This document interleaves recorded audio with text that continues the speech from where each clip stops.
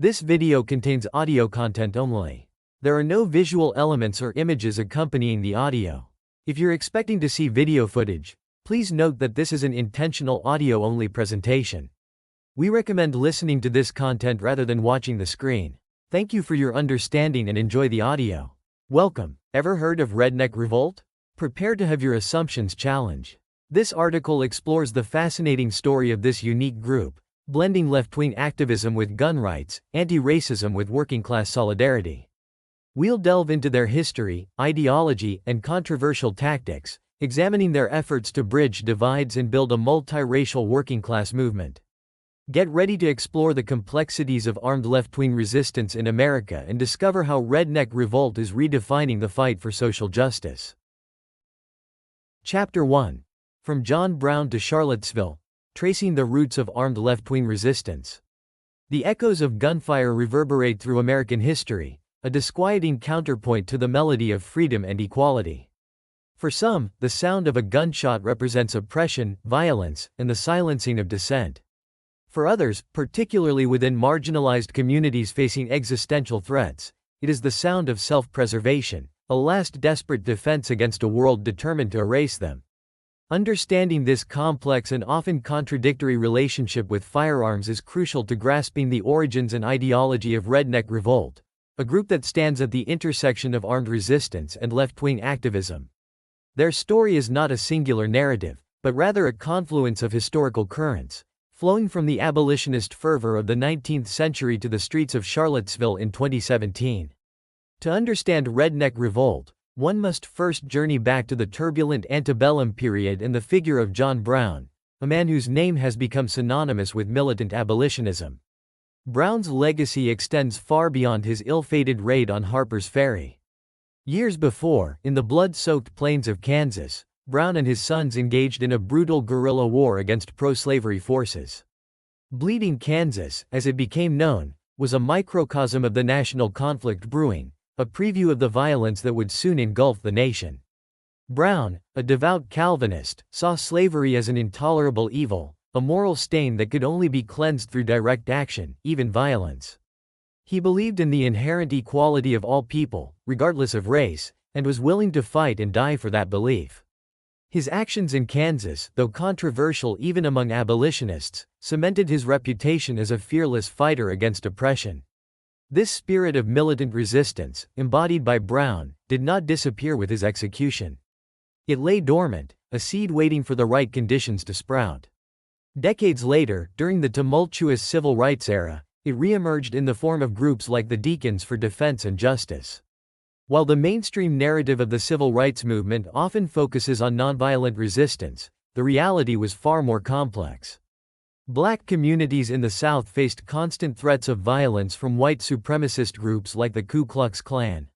Law enforcement, often complicit in this violence, offered little protection. In this context, the Deacons emerged as a necessary force, a shield against the terror that permeated daily life.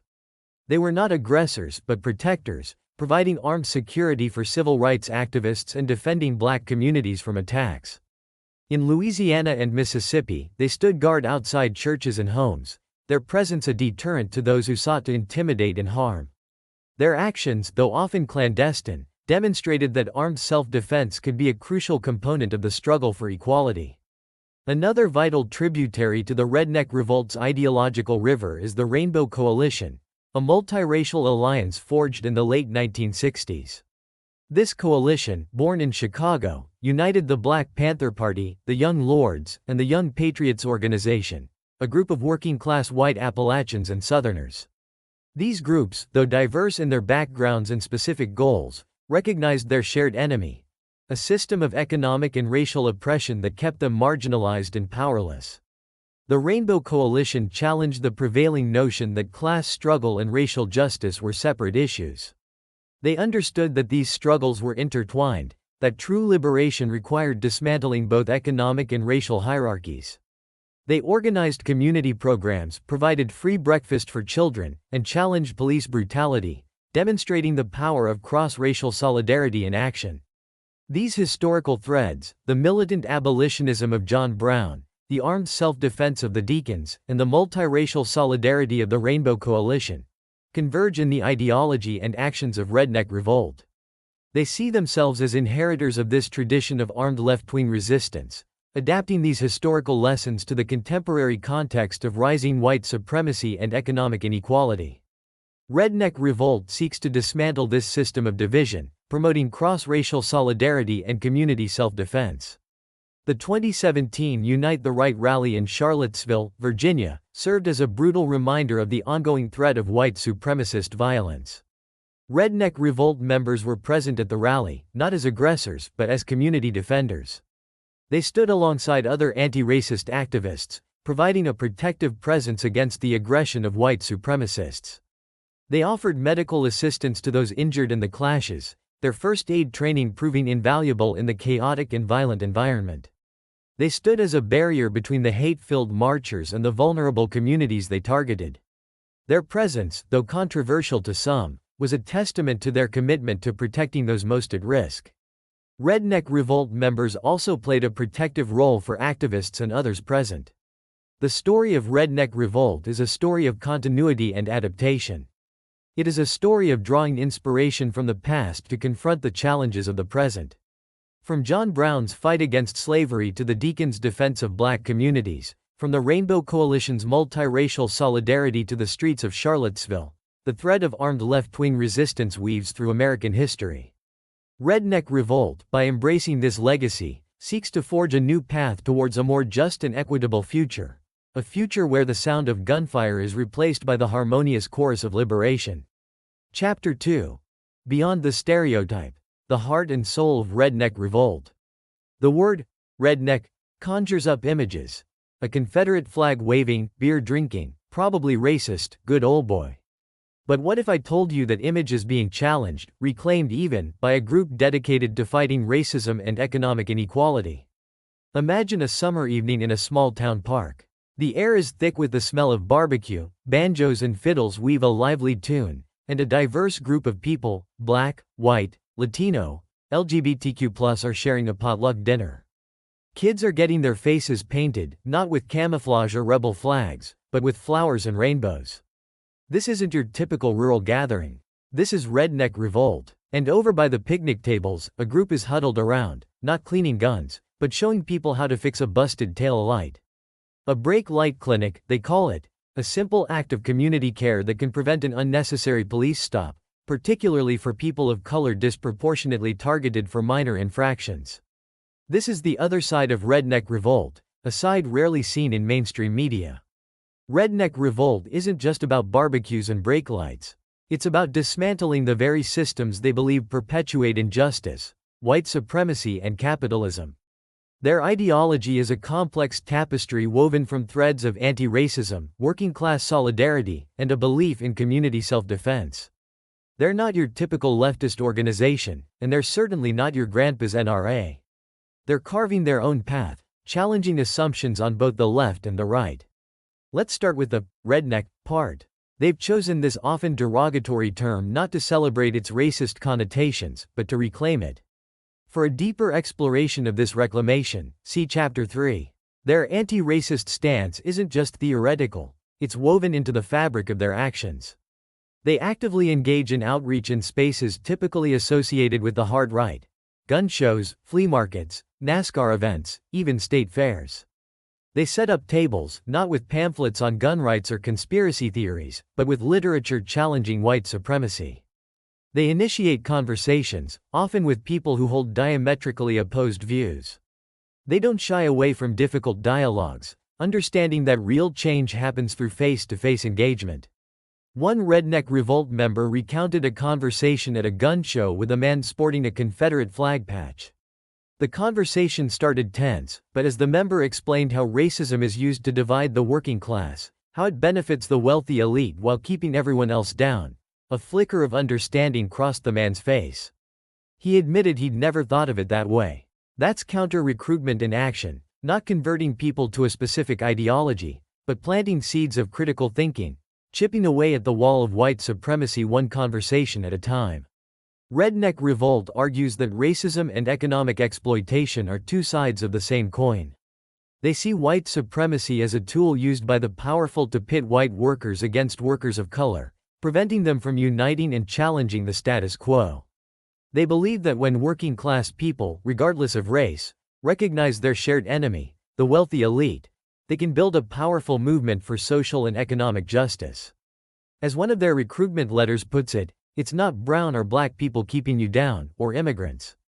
We're all being used by the wealthy, and the only people who will look out for working people are other working people. Their anti-capitalist stance is equally uncompromising. They see capitalism as inherently intertwined with white supremacy, arguing that both systems rely on exploitation and hierarchy. They believe that true liberation requires dismantling both, replacing them with a society based on equality, solidarity, and community control. Now, let's talk about the guns. Yes, Redneck Revolt members believe in the right to bear arms. For a more detailed discussion of their views on gun ownership and community defense, please refer to Chapter 4. They're quick to point out that self-defense is not aggression. They don't seek out confrontation, but they're prepared to defend themselves and their communities if necessary. Their presence at protests, often armed, is meant as a deterrent, a message that they won't stand idly by while their communities are threatened. They provided security at the Charlottesville counter-protests, standing as a barrier against white supremacist violence, offering medical aid to the injured. They were there, not to instigate violence, but to protect the vulnerable. But Redneck Revolt is more than just a gun group. They're deeply committed to mutual aid and community building. They organize food programs, community gardens, even needle exchanges. They recognize that strong communities, capable of caring for their own, are essential for resistance and social change. They believe that building power at the local level, through practical acts of solidarity, is the foundation for a more just and equitable future. They host potlucks, not just to share a meal, but to build relationships, to create spaces where people from different backgrounds can connect and find common ground. They see these seemingly small acts as revolutionary in their own way, a challenge to the individualism and isolation that capitalism fosters. Redneck Revolt believes in revolution, a fundamental restructuring of society. But they're not waiting for some distant future uprising. They're building that revolution now, one community garden, one break light clinic, one conversation at a time. They believe that true change comes not from top-down decrees, but from the ground up, from the collective power of communities working together to create a better world. So, the next time you hear the word redneck, remember Redneck Revolt.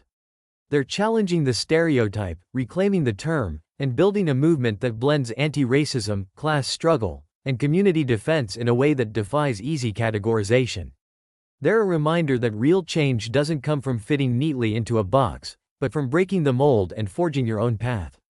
They are a testament to the power of community, the resilience of the human spirit, and the enduring dream of a world free from oppression. Chapter 3. The Rise of the Redneck Revolt. Reclaiming a name, redefining a struggle. The crackling of gunfire punctuated the quiet Kansas air, not the sounds of celebratory shots or target practice, but the deliberate clicks and pops of activists learning to handle firearms. This was not a scene from a right-wing militia gathering, but a meeting of the John Brown Gun Club in the early 2000s. These left-leaning activists, many of them anarchists involved with the Kansas Mutual Aid Network, were growing increasingly concerned about the rising tide of right-wing extremism and the vulnerability of leftist organizers. The FBI's surveillance of their anti-Republican National Convention protests in 2004 had been a wake-up call. They recognized the need to defend themselves and their communities, and firearms, they decided, were a necessary tool for that defense. Their early activities were a blend of community organizing and firearms training. They offered free gun safety and handling classes, emphasizing responsible gun ownership and community defense. They weren't interested in stockpiling weapons or engaging in offensive violence. Their focus was on protection and empowerment. They set up stalls at gun shows, a space typically associated with right-wing gun culture, offering a starkly different message. Amidst the displays of high-powered rifles and camouflage gear, they distributed anti-racist literature and engaged in conversations about the dangers of white supremacy. They sought to demystify firearms, explaining that gun ownership wasn't inherently right-wing and could be a tool for social justice. Their approach was distinct from both the heavily armed, often anti-government stance of right-wing militias and the gun control advocacy of the mainstream left. They were charting a new course, one that embraced the Second Amendment while rejecting the racism and individualism often associated with gun culture. One member recalled setting up a table at a Kansas gun show, surrounded by vendors selling Confederate flags and pro-Trump merchandise. A man approached their table, skeptical, his eyes scanning the anti-racist pamphlets. "You folks lost?" he asked, a smirk playing on his lips. The member, a young woman with a red bandana tied around her neck, smiled back. "No, sir," she replied. "We're here to talk about how racism is used to divide us, how it benefits the rich while keeping working folks like us fighting amongst ourselves."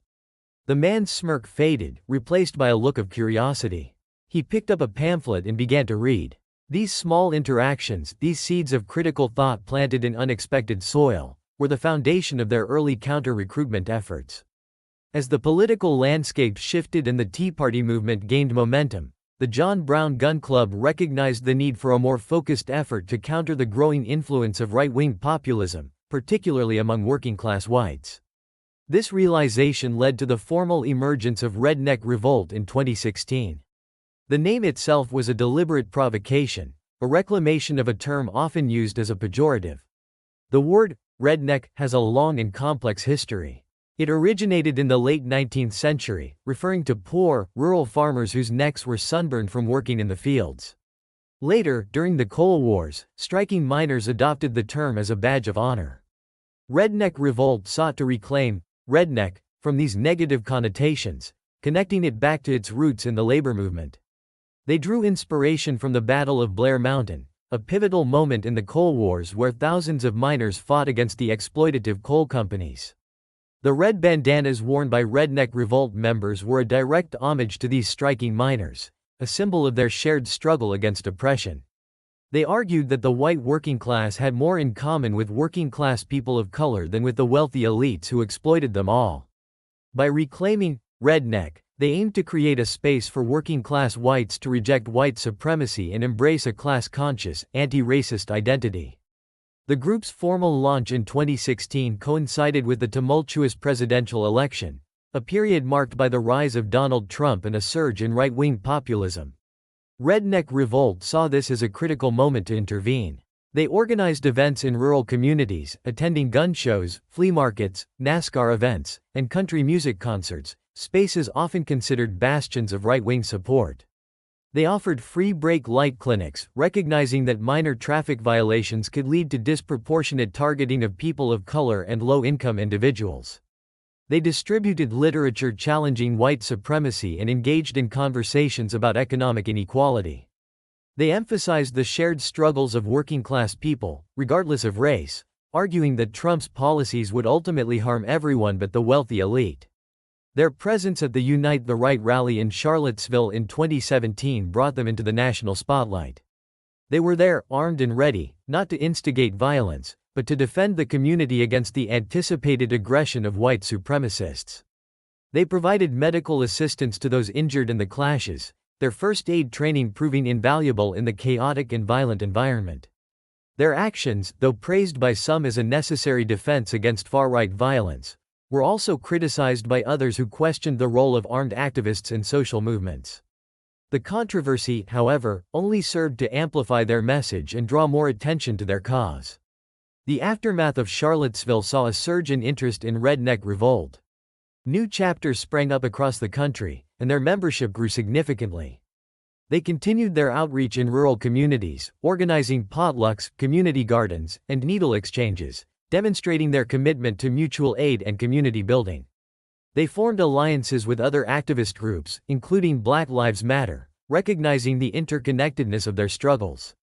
They participated in protests against police brutality, ICE raids, and other forms of state violence, solidifying their position as a force for radical social change. In Durham, North Carolina, they joined community members in tearing down a Confederate monument, a powerful act of defiance against white supremacy. Their involvement in these diverse social movements reflected their core principles. They believed that anti-racism was not merely a matter of individual morality, but a necessary component of working-class solidarity. They recognized that the state, with its police and prisons, was a tool of oppression, disproportionately targeting marginalized communities. They saw community defense, not just as a right, but as a responsibility, a commitment to protecting the vulnerable and resisting state violence. Redneck Revolt's story is not a simple tale of left-wing gun enthusiasts. It's a complex narrative of reclaiming a name, redefining a struggle, and building a movement that challenges conventional notions of both left and right. It's a story of working-class whites confronting white supremacy, of building bridges across racial divides, of embracing community defense and mutual aid. It's a story of finding common ground in unexpected places, of challenging the status quo, and of building a more just and equitable future, one conversation, one potluck, one act of resistance at a time. Chapter 4. Guns and Solidarity: The Paradox of Armed Anti-Racism. The image of armed activists, assault rifles slung across their shoulders, standing alongside protesters chanting for social justice, is a jarring one. It challenges deeply ingrained notions of protest and activism, particularly within the American left, where non-violence is often held as a sacred principle.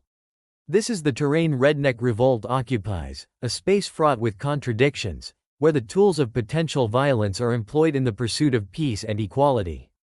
Their open embrace of gun rights, and their practice of openly carrying firearms at protests, sets them apart from many on the left, sparking both admiration and condemnation. It forces a crucial question: can the barrel of a gun truly be an instrument of liberation? Redneck Revolt's relationship with firearms is not about individual rights, but about community defense, particularly for marginalized communities facing the threat of violence. This perspective diverges sharply from traditional interpretations of the Second Amendment, often framed as an individual's right to own guns for self-protection, hunting, or sport. Redneck Revolt sees gun ownership as a collective responsibility, a tool for protecting the vulnerable and resisting state oppression. They argue that the very state that claims a monopoly on violence often uses that violence against marginalized communities, citing police brutality, mass incarceration, and the militarization of law enforcement as examples. In this context, they see armed self-defense not as an act of aggression, but as a necessary response to systemic oppression. This philosophy is deeply embedded in their organizing principles. They believe that capitalism and white supremacy are intertwined systems of oppression, both relying on violence and exploitation to maintain power. They see gun rights as a means of disrupting these systems, arguing that armed communities are less vulnerable to both state violence and far-right attacks. Their practice of open carry is a multi-layered political statement. It's meant to be a visual deterrent against right-wing violence, a message that communities will not be intimidated or terrorized. It's also an affirmation of community self-reliance, a declaration that they will not depend on the state for protection, especially when that state is often complicit in the violence they face. One member, a former military veteran, explained it this way: "For years, I was trained to use weapons to protect the interests of the wealthy and powerful. Now, I'm using those same skills to protect my community, to defend those who are most vulnerable." This sentiment reflects a broader theme within Redneck Revolt, a rejection of the traditional narrative of military service as inherently patriotic, and a repurposing of those skills for the benefit of marginalized communities. Redneck Revolt's commitment to community defense manifests in various ways. They provide security for protests, their armed presence a visible shield against potential violence. Their involvement in the Unite the Right rally in Charlottesville is perhaps the most well-known example. As white supremacists marched through the streets, chanting racist slogans and brandishing weapons, Redneck Revolt members stood alongside other anti-racist activists, their rifles a stark counterpoint to the symbols of hate. They offered medical assistance to those injured in the clashes, their first aid training proving invaluable in the chaotic and violent environment. Their presence in Charlottesville drew mixed reactions. Some praised them for standing up to white supremacists and providing security. Others criticized their armed presence, fearing it escalated tensions. Redneck Revolt members acknowledge these criticisms but maintain that their actions were necessary. One member, recalling the events in Charlottesville, said, "We weren't there to start a fight, but we were prepared to defend ourselves and others if necessary. We knew the risks, but we also knew the potential consequences of inaction." This sentiment reflects the internal debates within Redneck Revolt about the use of firearms. They recognize the potential for escalation and the risk of alienating allies, but they believe that the threat of white supremacist violence necessitates a response, and that armed self-defense is a legitimate tactic within that response. They've also provided security for Black Lives Matter demonstrations, standing in solidarity with communities protesting police brutality. A member involved in these actions explained, "We're not just showing up with guns. We're building relationships with these communities, listening to their concerns, and offering tangible support. Our guns are just one part of that support." This commitment to building relationships, to understanding the specific needs of the communities they aim to protect, distinguishes them from many other armed groups. The criticisms of Redneck Revolt's approach are not to be dismissed lightly. Many on the left argue that armed activism, regardless of intent, inherently escalates tensions and increases the risk of violence. They point to incidents where the presence of guns at protests has led to confrontations and arrests, arguing that it can create a more volatile and dangerous environment for everyone involved. There's also the concern that armed activism reinforces negative stereotypes about leftist movements, portraying them as violent and aggressive, thus alienating potential allies and hindering the broader movement for social justice. Media coverage of Redneck Revolt often focuses on their firearms, sometimes portraying them as a fringe group of gun-toting leftists. This portrayal, they argue, obscures their broader message of anti-racism and working-class solidarity. Redneck Revolt responds to these criticisms by emphasizing their commitment to nonviolence. They argue that their guns are for self-defense only, and that they are trained to de-escalate situations whenever possible. They point to instances where their armed presence may have deterred violence, arguing that a credible threat of self-defense can be a powerful deterrent. They also acknowledge the importance of optics, recognizing that the presence of guns can be intimidating to some. They attempt to mitigate this by engaging in open and honest communication with the communities they aim to protect, explaining their intentions and addressing any concerns. The paradox of armed anti-racism is a thorny one. How can weapons, traditionally associated with violence and oppression, be used in the pursuit of social justice? Redneck Revolt attempts to reconcile this contradiction by framing gun ownership as a tool of empowerment, particularly for communities historically denied access to power. They see their approach as a necessary response to the threat of white supremacist violence, arguing that marginalized communities have a right to defend themselves by any means necessary. This, of course, raises ethical dilemmas. When is violence justified in self-defense? How do you ensure that armed activism doesn't escalate into aggression? Redneck Revolt members grapple with these questions constantly. They emphasize the importance of training, discipline, and accountability, arguing that responsible gun ownership is crucial to their community defense strategy. They also acknowledge the inherent risks involved in armed activism, recognizing that there are no easy answers in the fight for social justice. The story of Redneck Revolt's approach to community defense is not a simple one. It's a story of navigating complex ethical dilemmas, of challenging conventional wisdom, and of attempting to reconcile seemingly contradictory principles. It's a story that forces us to confront uncomfortable truths about the nature of violence, the role of the state, and the challenges of building a more just and equitable world. It's a story that continues to unfold, its ultimate outcome yet to be written. Chapter 5. A Bridge Too Far? Redneck Revolt and the Fault Lines of the American Left. The red bandana, a symbol of working-class solidarity dating back to the Coal Wars, has been reclaimed by Redneck Revolt.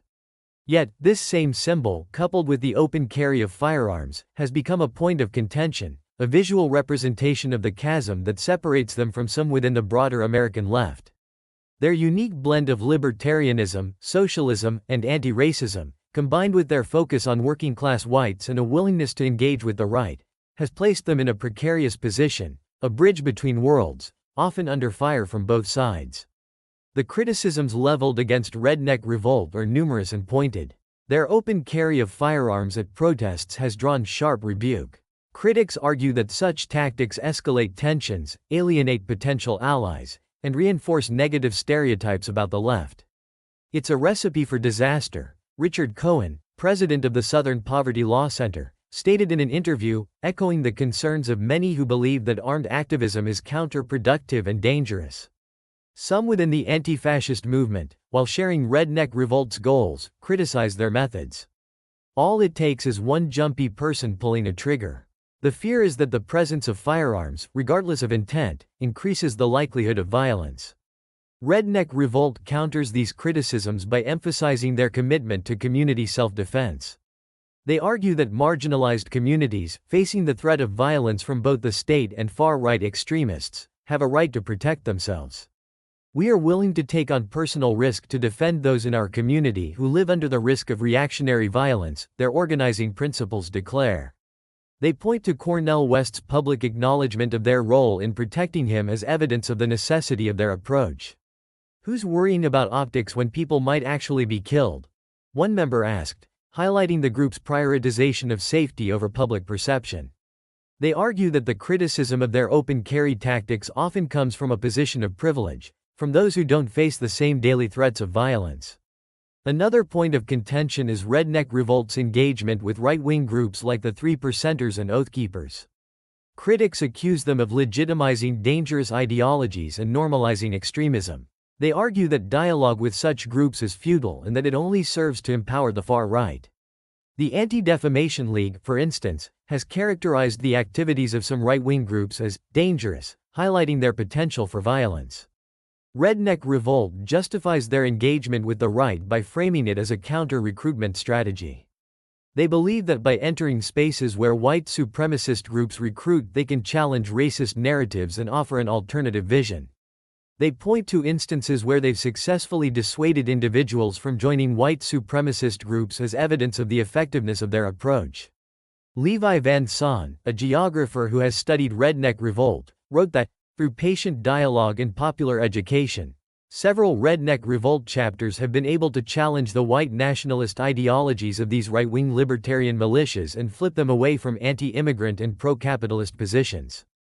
They acknowledge that these conversations are challenging and complex, but maintain that ignoring the right only allows them to grow unchecked. As one member put it, "If we don't get to them first, the Klan will." The accusation of romanticizing the white working class is perhaps the most persistent critique. Critics argue that Redneck Revolt's focus on economic anxiety overlooks the deep-seated racism that fuels right-wing movements. They contend that by prioritizing class over race, Redneck Revolt minimizes the harm caused by white supremacy and fails to adequately address the specific needs of communities of color. Redneck Revolt pushes back against this critique by emphasizing their commitment to anti-racism and multiracial solidarity. They argue that their focus on working-class whites is not about ignoring or minimizing the experiences of people of color, but about challenging white supremacy within the very communities that perpetuate it. They point to their core principle: we stand against white supremacy. They highlight their work in coalition with groups led by people of color, their participation in Black Lives Matter protests, and their support for immigrant rights as evidence of their commitment to racial justice. They argue that their multiracial membership, with approximately 30% of members identifying as people of color, reflects their commitment to building a diverse and inclusive movement. As one member stated, "The greatest threat to those that pull the political and economic strings in this society is a unified resistance movement among poor and working-class people." These tensions between Redneck Revolt and other parts of the left are not isolated incidents. They reflect deeper fault lines within progressive movements. The debate about armed activism is a microcosm of larger disagreements about the role of the state, the nature of violence, and the strategies for achieving social change. The prioritization of class versus race, the tension between universalism and identity politics, the effectiveness of direct action versus electoral politics. These are all recurring themes in the ongoing conversation about how to build a more just and equitable society.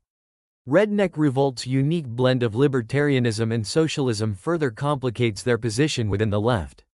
Their anti-state stance resonates with some, while their embrace of community self-defense and their willingness to engage with the right alienates others. Their belief in the need for revolution, as stated in their organizing principles, is viewed by some as a call for violent overthrow, while others interpret it as a broader call for systemic change. This ambiguity, combined with their decentralized structure and lack of formal leadership, makes it difficult to categorize them within traditional political frameworks. One spokesperson described their membership as including anarchists, communists, libertarians, and Republicans, highlighting the group's ideological diversity. These interactions are not always successful. Some individuals are entrenched in their beliefs, impervious to alternative perspectives. Others view Redneck Revolt's outreach as a betrayal, legitimization of dangerous ideologies. The accusations of enabling the far right are not to be taken lightly. Redneck Revolt acknowledges these risks, but maintains that ignoring or dismissing the white working class only strengthens the right. As one former member argued, the history of the white working class has been a history of being an exploited people. However, we've been an exploited people that further exploits other exploited people. Redneck Revolt believes that by addressing the root causes of right-wing populism, economic anxiety, racial resentment, and a sense of disenfranchisement, they can dismantle the foundations of white supremacy and build a more unified working class. The tensions surrounding Redneck Revolt highlight the inherent difficulties of navigating the complex landscape of contemporary social movements. There are no easy answers, no one-size-fits-all solutions. The struggle for social justice requires a multitude of approaches, a diversity of tactics, and a willingness to engage in difficult conversations. The debates surrounding Redneck Revolt are a reminder that building a more just and equitable society is an ongoing process, one that demands critical self-reflection, a commitment to dialogue, and a willingness to challenge our own assumptions. The bridge they are attempting to build, though fraught with peril, may ultimately prove essential to bridging the divides that separate us and forging a more unified and powerful movement for social change. Redneck Revolt challenges traditional perceptions of left-wing activism by embracing gun ownership as a form of community self-defense against white supremacy and economic inequality. Rooted in historical precedents like John Brown's abolitionism and the Deacons for Defense, they seek to reclaim the term redneck and bridge divides within the working class. Their methods, including counter-recruitment in right-wing spaces and open carry at protests, spark controversy, raising questions about the role of armed resistance in social movements. These debates highlight broader tensions within the American left regarding strategies for achieving social justice. The future of such movements depends on navigating these complexities and fostering dialogue across diverse perspectives. What are your thoughts on armed activism? Share your perspectives in the comments below. Like and subscribe for more explorations of social movements. Keep questioning, keep learning. Together, we can build a better understanding of our world.